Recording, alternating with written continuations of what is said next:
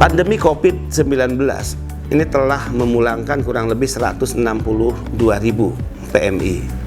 Mereka hari ini berada di tanah air terhitung sejak Januari hingga tanggal 5 Juli 2020. Walaupun kepulangan PMI ke tanah air, ya, itu juga tentu dari berbagai persoalan. Ada yang memang kepulangannya reguler seperti biasa, dan itu bisa terjadi kapan saja, ya, tiap hari, tiap minggu, tiap bulan, sekalipun tanpa ada masalah pandemi COVID-19.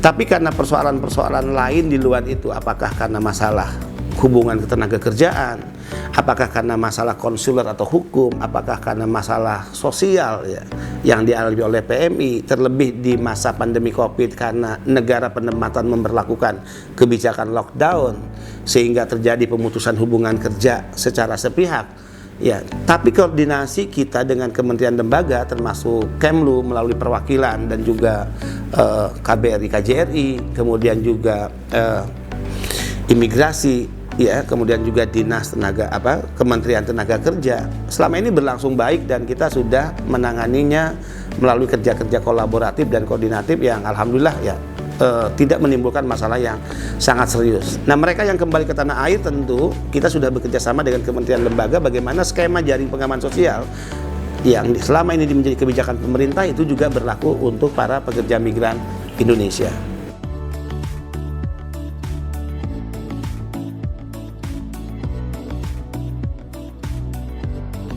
Kepmen 151 yang ditangani oleh Menteri Tenaga Kerja terkait penghentian sementara pengiriman tenaga kerja Indonesia atau PMI ke negara penempatan ini kan tidak lepas dari situasi, ya, yang dialami secara global pandemi COVID-19. Pemerintah sudah tepat untuk menghentikan penempatan para pekerja migran Indonesia. Tapi seiring waktu di mana pemerintah sukses menangani masalah COVID di dalam negeri, kemudian juga ada persoalan ekonomi yang menjadi tantangan serius negara kita, pemerintah mengeluarkan kebijakan relaksasi secara ke dalam. Saat ini kita berada di fase, ya, new normal. Nah, saya bertemu dengan Ibu Menteri Tenaga Kerja, ya, 2 kali pertemuan. Kita menemukan kesepahaman bahwa pemberangkatan atau penempatan pekerja migran Indonesia ke negara penempatan itu harus segera dilakukan. Ini mengurangi angka pengangguran yang sangat tinggi dan besar di negara kita. Tapi juga dari 43.000 PMI yang kemarin harus tertunda keberangkatannya, jika kita memberangkatkan dengan segera mereka, maka penghasilan yang akan diterima oleh mereka kurang lebih 5,7 triliun. Ini kebijakan yang sangat efektif, strategis, dan bahkan sangat membantu negara, terlebih khusus adalah PMI itu sendiri. Kesepahaman, ya, sudah sama saya dengan Menteri Tenaga Kerja. Nah, 2 syarat yang harus dipenuhi untuk memberangkatkan mereka adalah: 1, jika negara-negara penempatan tidak lagi memperlakukan lockdown, atau negara penempatan yang memang sejak awal, ya, tidak, ya, mengalami masalah COVID-19 sehingga memperlakukan lockdown. Yang kedua, jika negara-negara penempatan, ya, sudah menyatakan secara resmi menerima masuknya tenaga kerja asing ke negara mereka. Nah, jika 2 syarat ini terpenuhi untuk kita mengirimkan tenaga kerja ke negara penempatan, maka bagaimana di dalam negeri Naker sebagai regulator bersama BP2MI sebagai operator, ya, membuat pedoman protokol kesehatan pemberangkatan bagi PMI. Ini bukan pekerjaan mudah. Ini harus dihitung matang karena resiko dan konsekuensinya bisa berbahaya. Misalnya, bagaimana mereka berangkat dari rumah, dari kampung halamannya menuju BLKLN, BLKLN. Bagaimana mereka dalam mengikuti, ya, orientasi pra pemberangkatan. Protokol kesehatan wajib dipatuhi. Bagaimana mereka berangkat dari, ya, tempat di mana mereka mengikuti orientasi pra pemberangkatan ke bandara di mana mereka akan berangkat ke negara penempatan. Ini harus diatur, pedoman protokol kesehatan harus segera ditetapkan, dan tentu ini harus dipatuhi oleh semua pihak termasuk PMI. Minggu lalu saya bertemu dengan Pak Doni Munardo, ya, selaku Kepala Gugus Tugas, dan beliau menyatakan PMI yang akan berangkat 43.000 lebih, ya, di awal pertama pemberangkatan untuk Hong Kong dan Taiwan, sebagaimana yang sudah disampaikan oleh Ibu Menteri, di luar Korea Selatan dan Jepang, ya, yang kita akan lihat bagaimana kebijakan politik dalam negerinya terkait lockdown atau terkait pernyataan resmi mereka untuk bisa menerima masuknya tenaga kerja asing. Pak Doni Munardo mengatakan wajib setiap PMI yang akan berangkat harus mengikuti PCR atau swab.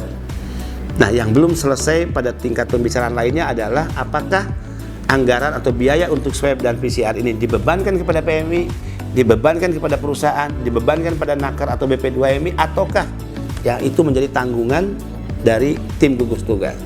Nah, ini yang belum selesai. Tapi yang paling kita harus hindari adalah jangan ada satupun PMI yang ketika dia tiba di negara penempatan kemudian dinyatakan positif, ya, positif virus corona. Ini yang kita hindari. Itu akan menjadi citra buruk bagi Indonesia.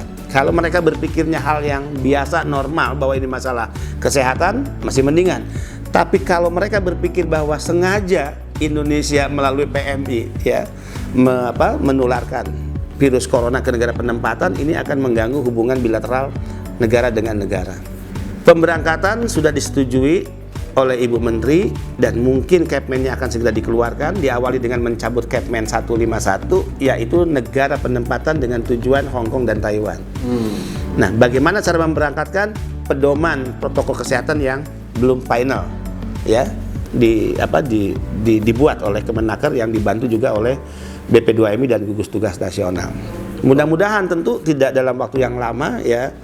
Mudah-mudahan, ya, katakan September, Oktober kita sudah memberangkatkan para PMI kita.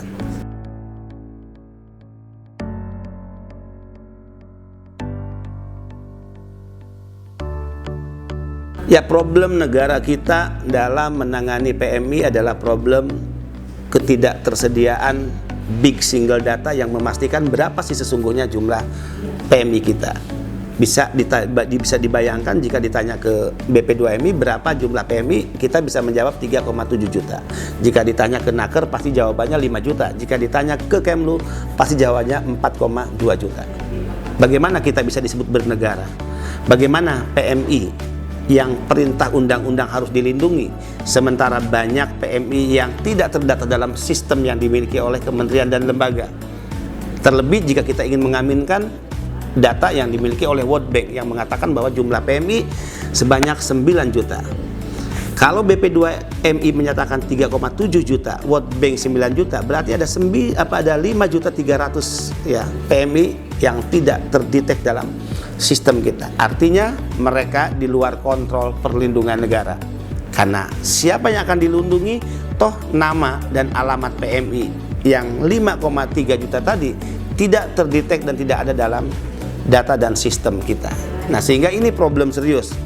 Saya mengajak semua jajaran di BP2MI untuk segera melakukan modernisasi sistem, ya, di mana nanti sistem yang dimiliki oleh kementerian lembaga terinterkoneksi dan terintegrasi dan menghasilkan apa yang disebut big single data, memastikan data tunggal, berapa jumlah PMI, dari mana saja kampung halaman mereka berasal, di mana saja negara penempatan mereka bekerja, di sektor apa saja, ya, pekerjaan-pekerjaan mereka. Ini penting sebetulnya bagi kita dan bagi negara.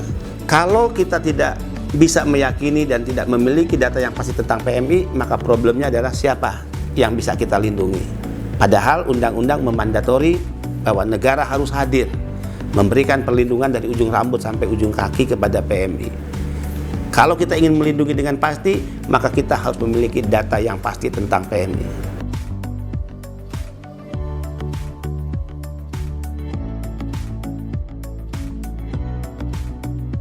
Nah, ini kan sempat, ya, menjadi kontroversi perdebatan publik, ya. Sesungguhnya tidak ada kaitan logo BP2MI dengan partai politik tertentu. Ya, orang, ya, mengalami kegenitan dengan menarik, ya, mendekatkan warna kunyit atau kuning, ya, di pin seperti ini dengan partai tertentu. Padahal kalau kuning itu kan bisa Hanura, bisa juga Golkar. PKS juga ada kunyitnya, ada kuningnya. Nah, logo BP2MI yang asli kan ini, ya. Tapi pin yang menjadi moto kita melayani dan melindungi, ya, dengan nurani, kemudian kita berikan tambahan, tapi tidak merubah logo, karena logo PMI yang sesungguhnya, ya, logo BP2MI yang sesungguhnya adalah yang di dalam lingkaran ini. Ya, ada merah putih, kemudian ada lingkaran luar dengan warna kunyit, tulisan warna hitam, ya, melayani dan melindungi dengan nurani. Kalau kunyitnya diartikan warna Hanura, maka merahnya diartikan warna partai apa? Bisa dikatakan Gerindra atau bisa dikatakan PDI Perjuangan. Putihnya bisa diartikan warna apa? Jadi saya yakini jauh dari sangkaan publik, ya tidak ada politisasi yang terkait dengan warna-warna untuk kepentingan BP2MI.